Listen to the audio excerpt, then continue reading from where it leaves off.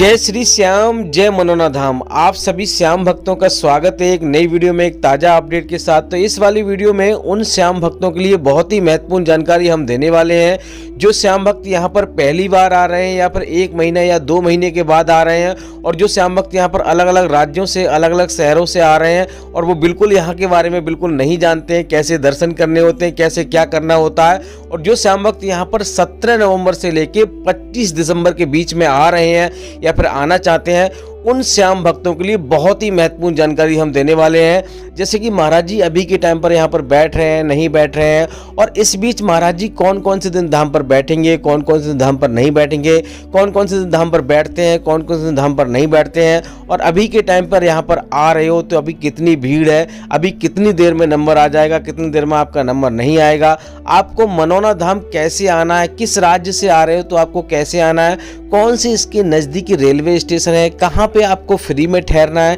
कहाँ पे आपको पैसा देके ठहरना है। क्योंकि दोस्तों अभी सर्दियों का समय चल रहा है, तो आपको कौन सा वो जगह रहेगी जहाँ पर आपको ज़्यादा सुविधा मिलेगी, आराम से आपको फ्री में रहने को मिलेगा, फ्री में ठहरने को मिलेगा, और कहाँ पे स्नान करना है, कहाँ पे आपको पूजा पाठ करना है, कैसे दोस्तों आपको खाना खाना है, कहाँ पे आपको दोस्तों टोकन प्राप्त करना है जिससे कि आपको लाइन में ना लगना पड़े, और यहाँ पे कैसे आपको लाइन में लगना है जिससे कि आपको भीड़ का सामना ना करना पड़े, और दोस्तों कैसे आपको अर्जी लगानी जैसे कि आपकी पहली बार में ही स्वीकार हो जाए। इसके साथ साथ और भी बहुत सारी महत्वपूर्ण जानकारी हम आपको इस वाली वीडियो में आपको देने वाले हैं। जैसे कि महाराज जी कौन कौन सी बीमारियां देखते हैं, कौन कौन सी बीमारियां नहीं देखते हैं, यहाँ पर आपको कौन कौन सी सावधानियां आपको बरतनी है जिससे कि आपको पहली बार में ही फायदा शुरू हो जाए और बड़ी से बड़ी यहाँ समस्या आपकी दूर हो जाए। तो चलिए दोस्तों वीडियो को शुरू करते हैं। बस आपको करना क्या होगा, वीडियो को शुरू से लेकर एंड तक देखना है। अगर आपने वीडियो बीच में छोड़ दी, स्किप करके देखी, यानी कि काट के देखी और पूरी जानकारी आपने नहीं ली, तो आपको यहाँ पर आकर पछताना पड़ेगा, आपका समय बर्बाद होगा, आपका पैसा बर्बाद होगा। हो सकता है यहाँ पे महाराज जी आपको ना मिले और यहाँ पर आकर आपका समय बर्बाद हो जाए, आपको कोई फायदा ना हो। तो इससे बचने के लिए आपको वीडियो शुरू से लेकर एंड तक देख लेना है, आपको फायदा मिलेगा, आपको यहाँ पर आपको कोई टेंशन आपको होगी नहीं।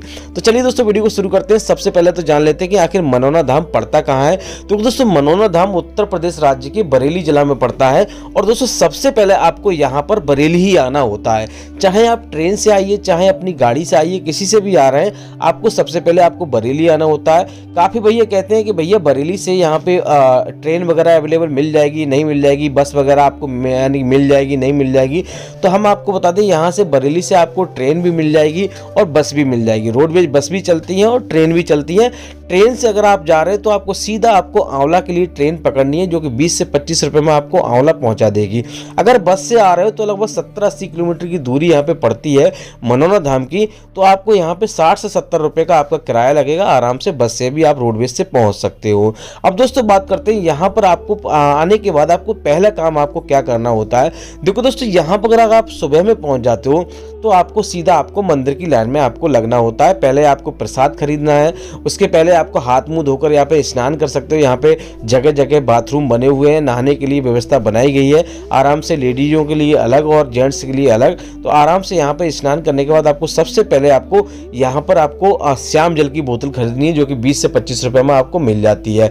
उसके बाद आपको 51 रुपए से शुरुआत हो जाती है प्रसाद की, तो प्रसाद आपको खरीद लेना है। और यहाँ पे अर्जी फॉर्म आपको खरीद लेना है। जहाँ से आप प्रसाद खरीदोगे वहीं से आपको अर्जी फॉर्म मिलेगा, उसमें आपको 10 रुपये आपको यानी कि 10 रुपये का आपको प्रसाद यानी कि वो अर्जी फॉर्म मिलेगा, और 1 रुपये उसमें रखा हुआ होगा, और आपको 60 रुपये उसमें रखने होंगे, और 61 रुपये की टोटल अर्जी यहाँ पे लगाई जाती है। उसके बाद दोस्तों यहाँ पे तुरंत आपको मंदिर की लाइन में आपको लग जाना है। अगर यहाँ पे आप सुबह में आप नहीं पहुँच पाते हो तो यहाँ पर आपको इंतजार करना होगा, यानी कि यहाँ रहने की व्यवस्था आपको देखनी होगी।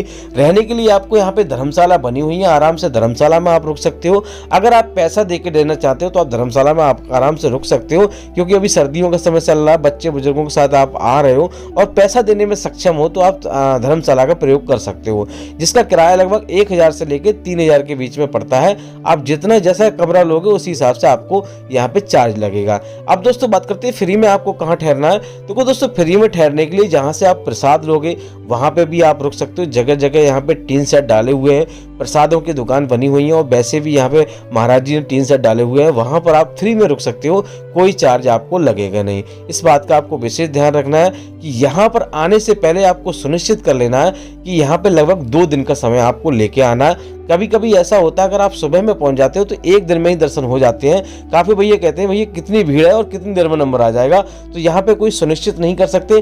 कभी कभी 2 घंटे में भी नंबर आ जाता है और कभी कभी 2 दिन लग जाते हैं। अगर हाँ नियमानुसार अगर यहाँ पर आप कार्य करोगे, नियमानुसार चलोगे, जैसे हमने आपको बताया सुबह में अगर आप आ जाते हो तो आपके लगभग 4-5 घंटे में दर्शन हो जाएंगे। तो दोस्तों पहला काम जैसे कि मैंने आपको बताया, मंदिर के ही दर्शन करने होंगे, चाहे आप 1 बार 2 बार या 3 बार आए हो, उससे कोई मतलब नहीं है। बहुत सारे भैया कहते हैं भैया हमने यहाँ पे मंदिर के दर्शन तो पहले ही कर लिए हैं, अब हम सीधे महाराज जी के दर्शन कर लेते हैं तो ठीक रहेगा। तो बिल्कुल भी ठीक नहीं रहेगा, क्योंकि दोस्तों महाराज जी ना तो कोई इलाज करते हैं, ना ही कोई महाराज जी के पास कोई शक्ति है। सारे काम खाटू श्याम महाराज की कृपा से होते हैं। महाराज जी तो आधार बने हुए हैं, वो तो सिर्फ यानी कि एक जरिया बने हुए हैं, सारे काम तो खाटू श्याम महाराज करते हैं। तो सबसे पहले आपको मंदिर के दर्शन कर रहे हैं, मंदिर में ही आपको अर्जी फॉर्म जमा करना होता है और मंदिर में ही प्रसाद चढ़ाना होता है और कहीं नहीं चढ़ाना होता है।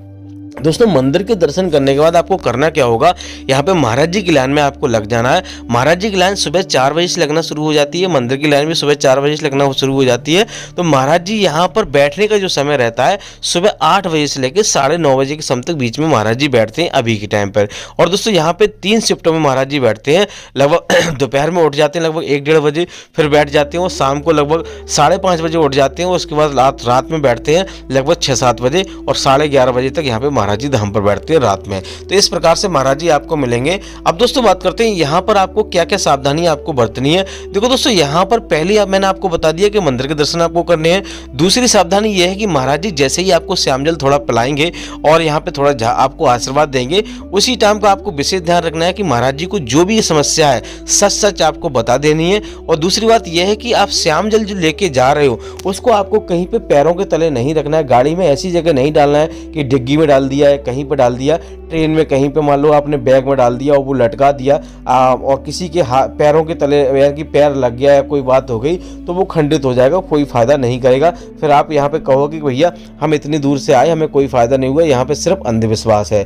तो इन बातों का आपको विशेष ध्यान रखना है। मीट मछली अगर आप खाते हो तो वो भी आपको नहीं खानी है। अब दोस्तों बात करते हैं यहाँ पे महाराज जी कौन कौन सी बीमारियां देखते हैं, कौन कौन सी बीमारियां नहीं देखते हैं। तो दोस्तों हम आपको बता दें, यहाँ पर अगर आप मान लो किसी भी प्रकार की समस्या लेके आ रहे हो तो आपको निश्चिंत होकर आपको आना चाहिए, क्योंकि दोस्तों यहाँ पे ना तो कोई डॉक्टर इलाज करता है, ना ही महाराज जी कोई इलाज करते हैं, ना तो कोई दवाई देते हैं, सिर्फ आपको श्यामजल पिलाते हैं और आशीर्वाद देते हैं, उसी से कल्याण होता है। यहाँ पर बड़ी से बड़ी बीमारियां यहाँ पे दूर होकर जाती हैं। यहाँ पे डॉक्टर क्या, मंत्री क्या, पुलिस वाले क्या, सभी लोग यहाँ पे आते हैं। आप समझ सकते हो कि उनके यहाँ पर समस्याएं दूर हो जाती हैं। जो बहुत बहुत रईस होते हैं, कहीं से हर जगह से मना हो जाती है, हर जगह से डॉक्टर मना कर देते हैं, सब रास्ते बंद हो जाते हैं, तो सिर्फ यहाँ पे खाटू श्याम महाराज का दरवाजा खटखटाते हैं और यहाँ पर उनकी बड़ी से बड़ी समस्या दूर हो जाती है। और महाराज जी को यहाँ पे 10-10 लाख रुपए की गाड़ियां यहाँ पे दान में देके जाते हैं। तो ऐसे ही कोई दान में नहीं देके जाता। अब दोस्तों बात करते हैं यहाँ पे कि आपको महाराज जी कौन से दिन धाम पर महाराज जी धाम पर बैठते हैं और कौन से धाम पर नहीं बैठते हैं।